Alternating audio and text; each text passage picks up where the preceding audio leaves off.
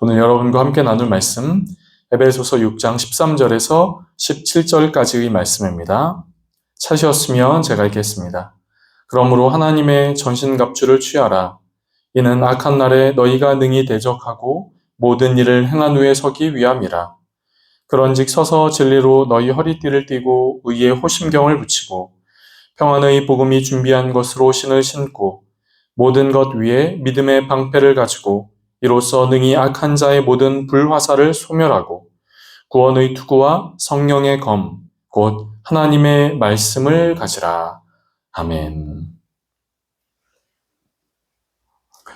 우리는 최근 몇 주간 전신갑주에 대하여 말씀을 살펴보고 있습니다.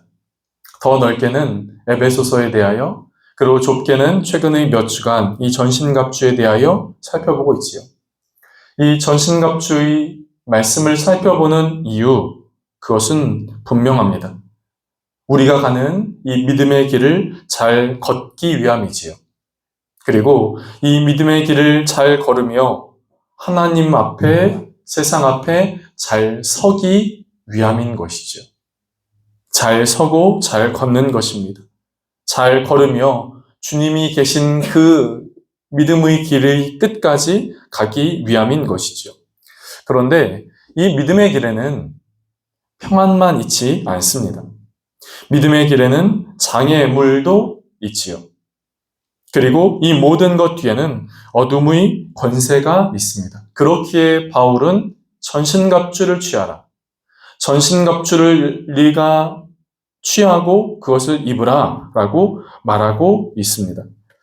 전신갑주의 6가지 중 오늘은 5번째와 6번째 구원의 투구 그리고 성령의 검에 대하여 함께 말씀을 나누려고 합니다. 구원의 투구, 여러분 투구란 무엇이죠? 투구란 무엇입니까? 쉽게 말하면 헬멧입니다. 그런데 여러분 그 헬멧은 어디를 보호하지요? 머리를 보호합니다. 요즘은 오토바이를 타는 모든 사람들이 의무적으로 헬멧을 쓰게 되어 있지요. 또 퀵보드도 법적으로는 헬멧을 써야 됩니다. 또 자전거를 탈 때도, 또 어린아이들에게 자전거를 가르쳐 줄 때도 우리는 그 어린아이에게 헬멧을 씌웁니다. 오토바이를 타는 성인부터 자전거를 배우는 어린아이까지 헬멧을 쓰는 이유는 한 가지이지요. 그것은 머리를 보호하기 위함입니다. 인간의 모든 기관 중, 인간의 모든 것 중, 모든 것이 다 중요하지만, 모든 기관이 다 중요하지만, 그 중에 가장 중요한 몇 가지를 그 중에서 꼽으라라고 이야기를 한다면, 하나는 심장일 것이요, 하나는 머리일 것입니다. 왜 그렇습니까? 심장과 머리는 그 사람의 생명과 직결되기 때문인 것이죠. 그런데 그 생명과 직결되는 머리, 그 머리를 보호하라고 투구를 쓰라고 이야기를 하는데, 특별히 오늘 본문은 그 투구를 말을 할 때 구원의 투구라고 말하고 있어요. 구원의 투구. 전신갑주를 갖고 악한 세력과 싸우고 또 이 믿음의 길을 온전하게 가려고 하는데, 여러분 왜 그 투구를 쓰는데 구원의 투구일까요? 왜 투구를 가리켜 굳이 구원이란 단어를 붙이며 의미를 부여하는 것일까요? 그것은 우리의 삶에 머리가 목숨과 직결되는 것처럼 중요한 것처럼 구원 역시 이 믿음의 길을 걸어가는 그리스도인의 삶에 중요하다라고 하는 것을 말하고 있는 것이죠. 다른 말로 이야기를 한다면, 조금 더 다시 말한다면, 구원이 믿음의 길을 가는데 필요한 것이요, 구원의 확신이, 구원에 대한 믿음이, 이 믿음의 길을 걸어가는 우리에게 필요하다라고 말을 하고 있는 것이죠. 여러분, 구원이란 무엇입니까? 구원이란 그 어원적인 의미에서는 무엇으로부터 끄집어내다, 무엇으로부터 구출하다 하는 의미를 갖고 있습니다. 근본적으로 구원이라고 하는 것은 죄, 사망으로부터 죽을 수밖에 없는 우리를 끄집어내시고 그것으로부터 구출해내시는 것, 그것을 바로 구원이다라고 말하는 것이죠. 그런데 이 구원에 대하여 우리가 계속 살펴보고 있는 이 에베소서의 2장 8절 말씀은 이 구원은 우리의 공로나 우리가 가진 것이나 우리가 잘난 것이나 우리가 갖고 있는 소유물로 인하여 우리에게 주어지는 것이 아니라 하나님께서 우리에게 주시는 우리의 하나님의 은혜에 의하여 우리에게 주시는 선물이라고 이야기를 하고 있습니다.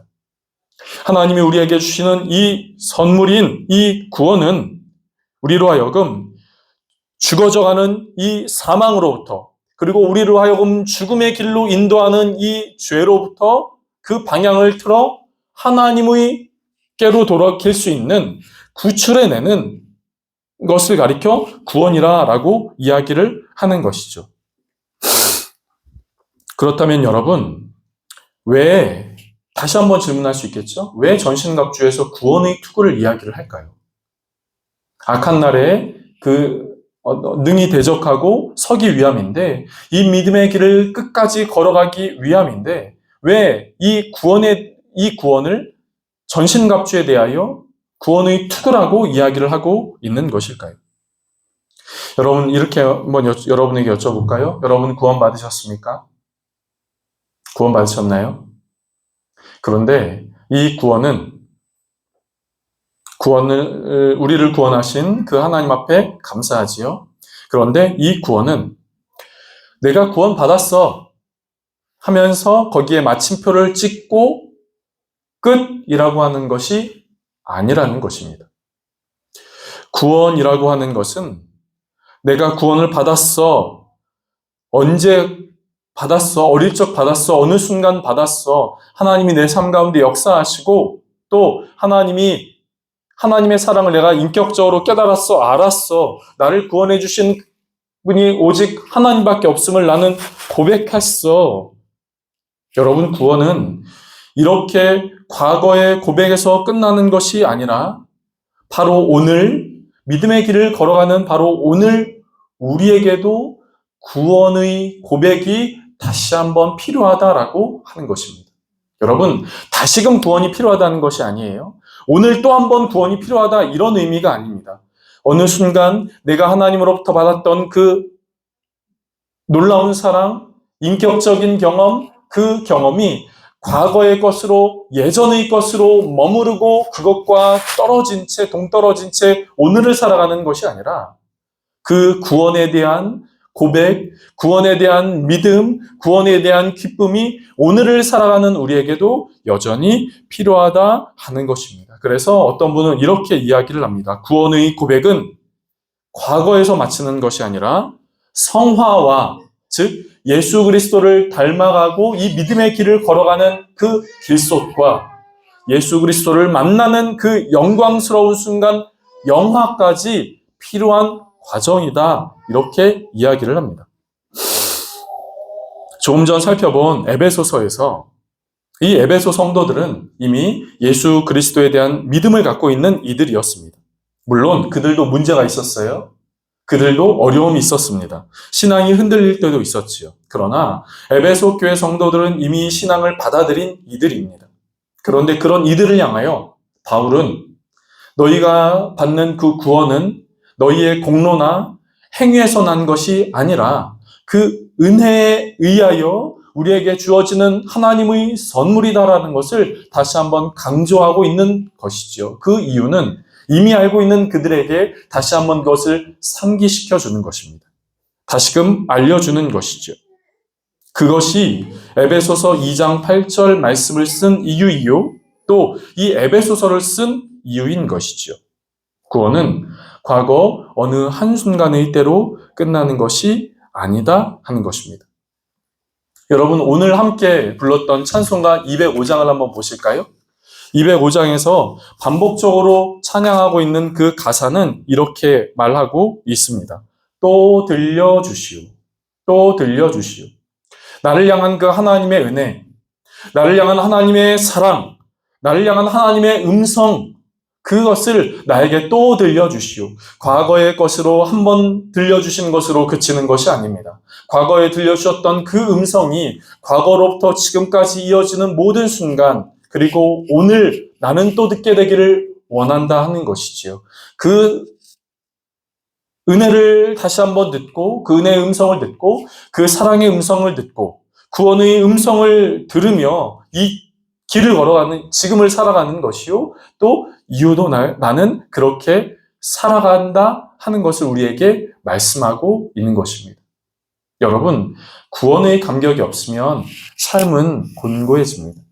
여러분, 구원의 감격을 잃어버린 채 그것에 대하여 메마르게 된다. 그것을 잃어버리게 된다면 우리의 신앙은 메마르게 되는 것이죠.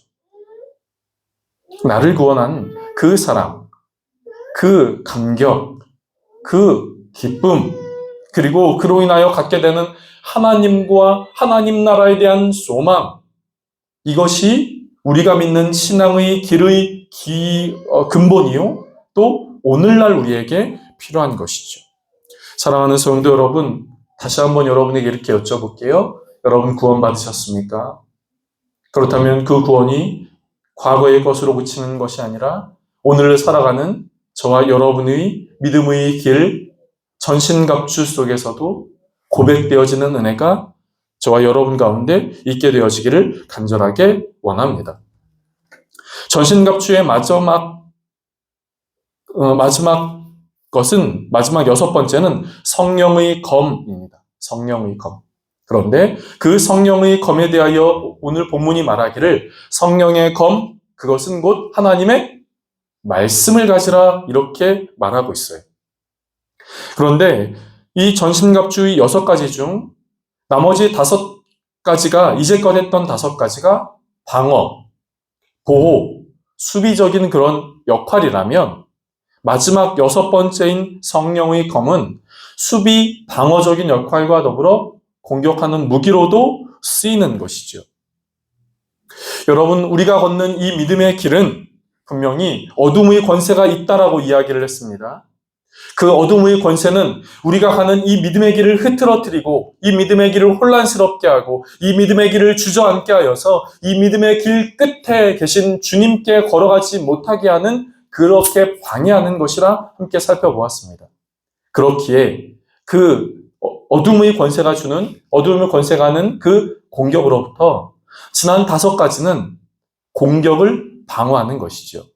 그런데 방어만 하는 것이 아니라 우리를 향하여 대항하는 그 어둠의 권세에 대항하여서 싸워 이기도록 하는 공격형 무기인 성령의 검, 하나님의 말씀을 가지라라고 오늘 마지막으로 이야기를 하고 있습니다.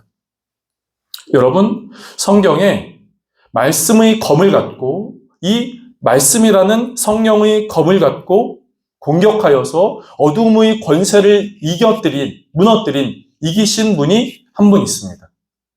그분이 누굴까요? 찍어보세요. 어떤 성경의 인물일까요? 그분은 우리가 믿는 믿음의 대상이신 예수님이 그렇습니다.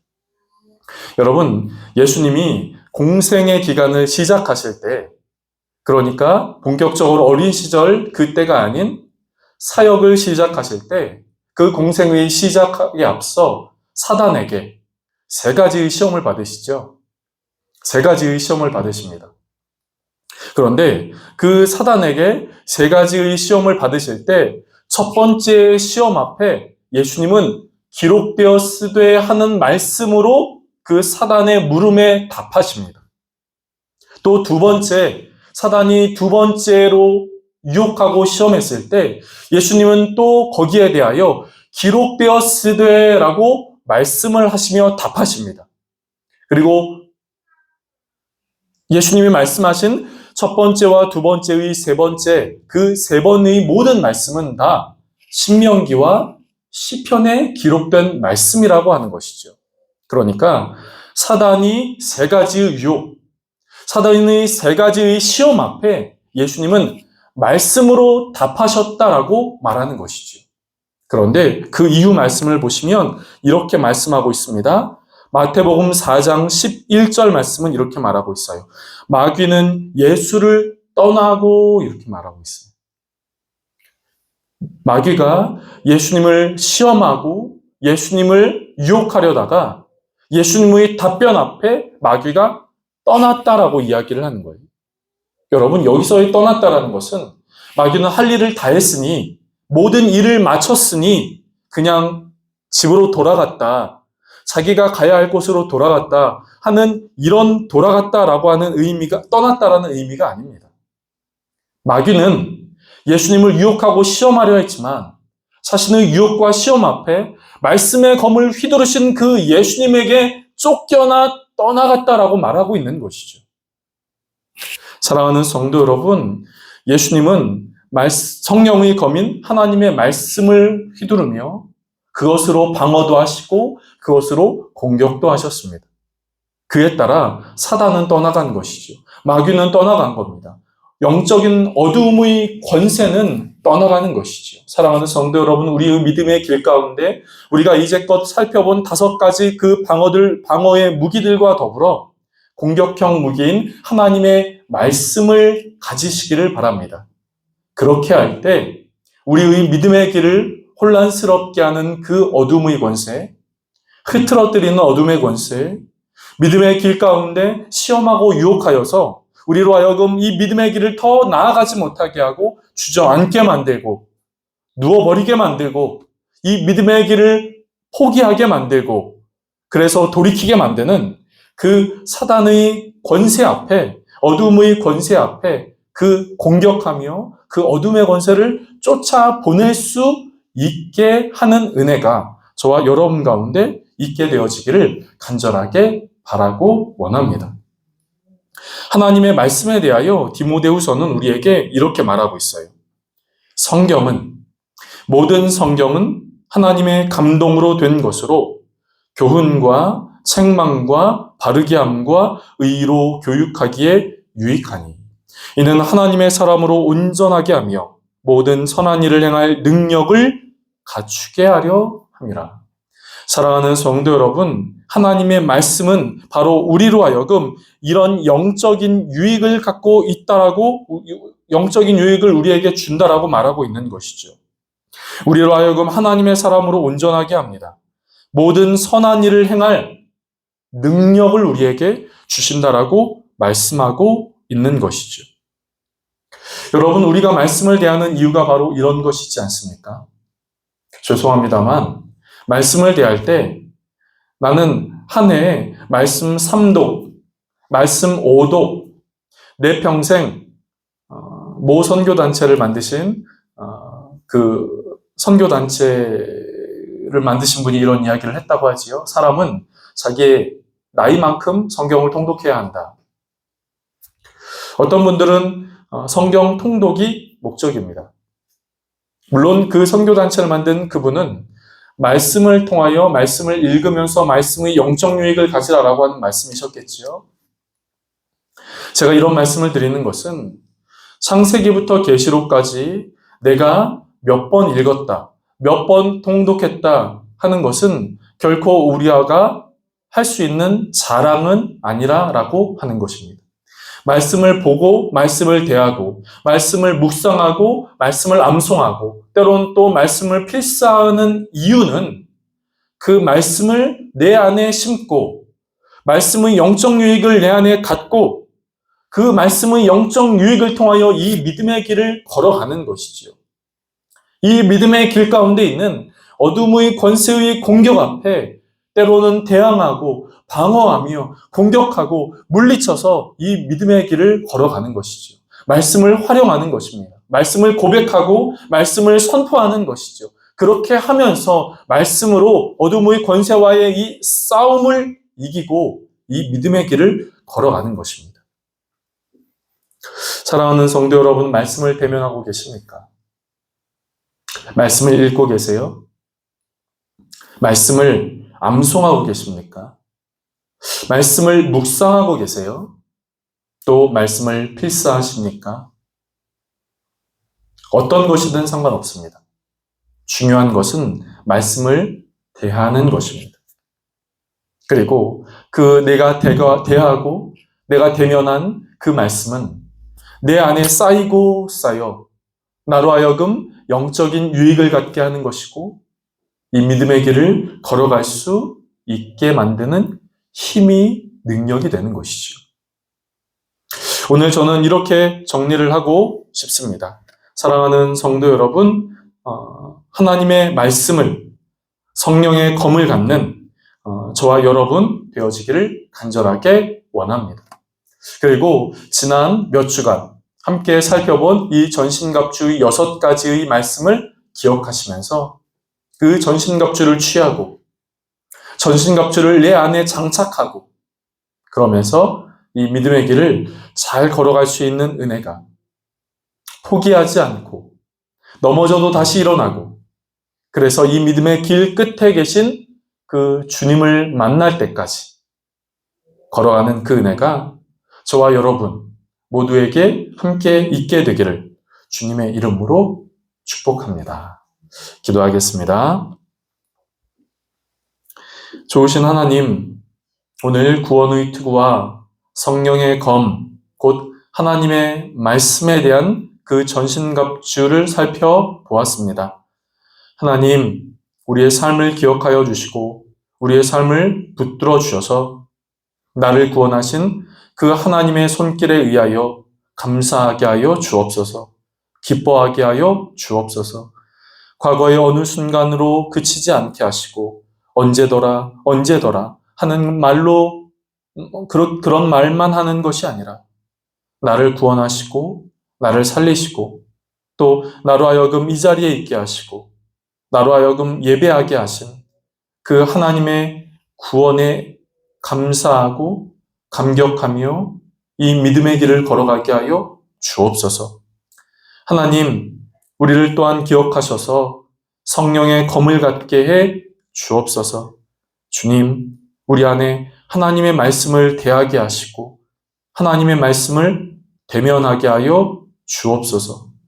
그래서 우리 안에 말씀을 읽고 말씀을 통독하고 말씀을 묵상하고 말씀을 필사하고 말씀을 암송하면서 내 안에 쌓아 때로는 우리의 길을 방해하는 어둠의 권세의 그 공격 앞에 방어하고 공격하며 물리치며 이 믿음의 길을 굳건하게 걸어갈 수 있게 하여 주시옵소서.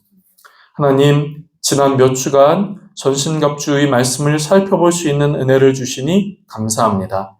하나님, 기억하게 하시고 또 때로는 잊을 때에도 기억하여서 이 전신갑주를 갖는 믿음의 사람, 믿음의 삶 되게 하여 주시옵소서.